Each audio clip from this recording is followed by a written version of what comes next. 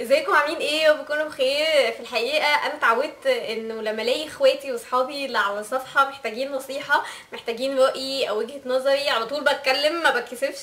كنت بلاحظ ان اوقات لما بنزل حاجات فيديوهات على حاجات غاليه، بلاقي بنات بس مش كتير يعني، بس بنات بيكتبوا كومنتس بتبين قد ايه هما بيسترخصوا في نفسهم. بمعنى تلاقي بنت تكتب ايه، انا ادفع 300 جنيه في حاجات مش عارف ايه، ده انا كلي على بعضي ما سويش كذا. ده كان اكتر كومنت صدمني يعني. تلاقي بنت تانية كاتبه ايه، ده انا مش عارف ايه، انا احسن لي امشي من غيره وانا ايه، او في كومنتس كده تبين لك فعلا البنات دي قد ايه بتسترخص في نفسها. انا يعني انا بس قبل ما ابتدي اي كلام علشان محدش يفهمني غلط، انا الكلام ده الفيديو ده موجه للبنات اللي مرتبها كويس بس هي بتسترخص في نفسها، مش للناس اللي مرتبها يا دوبك على قدها. في ناس بتبقى مرتبها يعني، في بنات بتبقى مرتبها يا دوبك بيكفيها بالعافيه مواصلات وكده. فالفيديو ده مش ليكي خالص. يعني انا عايزه اقولك بس كملي في كفاحك وكملي ان شاء الله، اشتغلي اكتر وان شاء الله مرتبك مع الوقت هيزيد وهيوصل لمرحله انك تجيب يعني يجيب لك كل اللي نفسك فيه ان شاء الله.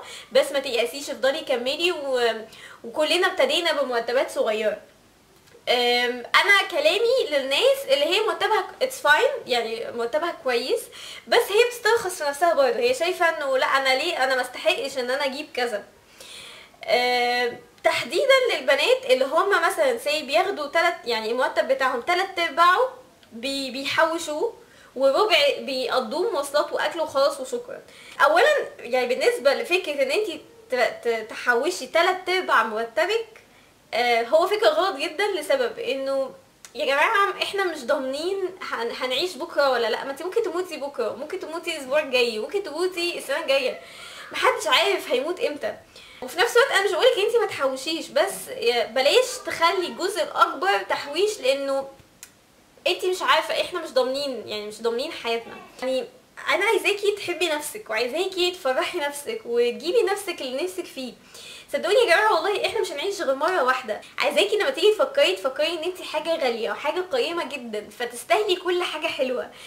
انا عايزه اقول لكم مثال علشان افهمكم برضه وجهه نظري. انه مثلا في بنات بتبقى الشبكه بتاعتها مش بتبقى دهب، بتقول انا عايزه خاتم سوليتير. تمام، خاتم السوليتير ده لما بعد ما تتجوزي بيبقى بتجيبي له علبه قطيفه شيك علشان ما يضيعش، وعشان انت شايفه ان هو قيمه كبيره و والحاجات دي. تمام، هل ينفع ان انت خاتم السوليتير ده تحطيه في كيس ورق وتلفيه وترميه في اي درج؟ لا طبعا. ليه؟ لان انت شايفه ان ده حاجه كبيره فتستاهل حاجه كبيره تحفظها فيه. طيب اشمعنى ما بتسترخصيش لشيء عندك انك تجيبي له حاجه غاليه او حاجه حلوه وبتسترخصي في نفسك؟ هي نفس الفكره. انا عايزاكي تشوفي نفسك ان انت جوهره وان انت حاجه كبيره وحاجه قيمه، وما يعني انا يعني معلش، هي الحاجه الغاليه دي لو مش ليا تبقى لمين؟ لا، هاتي لنفسك احلى شنط، هاتي لنفسك احلى هدوم، هاتي لنفسك، حبي نفسك. فهماني؟ خلي الناس تحكي وتتحاكى عنك وتقول دي شيك في نفسها وعامله نفسها ممثله، عامله نفسها مشهوره او whatever ايه. الفكره انه البنات اللي بتسترخص في نفسها وتقول مثلا ايه، لا انا ليه اجيب لنفسي حاجه ب 500 جنيه، خطيبي هيجيب لي. صدقيني خطيبك مش هيجيب لك بحاجه ب 500 جنيه، لان هو طول ما هو شايف دايما الناس اللي بتبقى شايفه ان انت بتسترخصي في نفسك هما بيسترخصوا فيكي. ده هو شايف ان انت بتجيبي شنطه معرفش منين وبتعملي ايه او كده، لما هو يجي يفكر يجيب لك هديه هيتكسف انه يجيب لك حاجه اقل من اللي انت متعوده عليه. في كونسبت كده بيقولك من يصرف كثيرا يصرف عليه كثيرا. فعلا يعني طول ما انت بتصرفي على نفسك كل ما الناس حواليك هتصرف عليكي. على فكره هتحاول تجيب لك هدايا حلوه، هيعملوا لك، هيبصوا لك من منطلق مختلف. الناس اللي بتقول لا انا مش هجيب لنفسي مش عارف ايه لما اتجوز هيبقى، صدقيني جوزك مش هيجيب لك حاجه. اساليني انا يعني، لو انت ما حبيتيش نفسك وما جبتيش لنفسك وفرحتي نفسك محدش هيفرحك. فانا عايزاكي دايما تبصي من منطلق انه انت حاجه حلوه حاجه جميله، ما تسترخصيش في نفسك. بلاش تخلي الجزء الاكبر من مرتبك يعني تحوشيه، لا خلي الجزء الاكبر من مرتبك ليكي تصرفيه على نفسك وتبقي مبسوطه وتبقي في احلى الاشكال. حاجه تانية كمان، في ناس بتسترخص مش في ان هي تجيب حاجه غاليه او رخيصه، لا ان هما يجي يعني تجيب حاجه مثلا مش غاليه بس هي شايفه ان هي حاجه حلوه. مثلا سي تجيب شوز مثلا تمام، وتلاقي هي احلى من الشوزات اللي عندها 100 مره، بس تقول لا انا هخليها للخروجات الحلوه بس. فتلاقي ان السنه عدت ما لبستش الشوز دي غير مرتين ثلاثه، وطول السنه بتلبس شوز اي كلام، وخلاص السنه عدت وموضتها راحت وما لبستهاش غير مرتين ثلاثه. ليه؟ لان انت استخسرتي في نفسك، انت شايفه انك ما تستحقيش تلبسي الحاجه الحلوه دي. انا في واحده صاحبتي اعرفها كانت يعني هي دايما بتبقى لبسها مش دايما واو، بس لما بتنزل تشتري هدوم حلو، يعني مره جابت طقم من بواقي تصدير. بواقي تصدير على فكره اوقات بيبقى عندهم حاجات حلوه. جابت بواقي طقم هو حلو قوي، بس طب ما لبستوش، هو اللي مش غالي، يعني انا مش بتكلم في كونسبت الغالي والرخيص، هو اصلا حتى كمان ما كانش غالي، بس هي شايفه انه هي لا ما تستحقش ان هي تلبسه، او لا انا هلبسه في خروجات حلوه، وتاخدهم كانت بتجيبهم وتحوشهم في الشنط وتركنهم.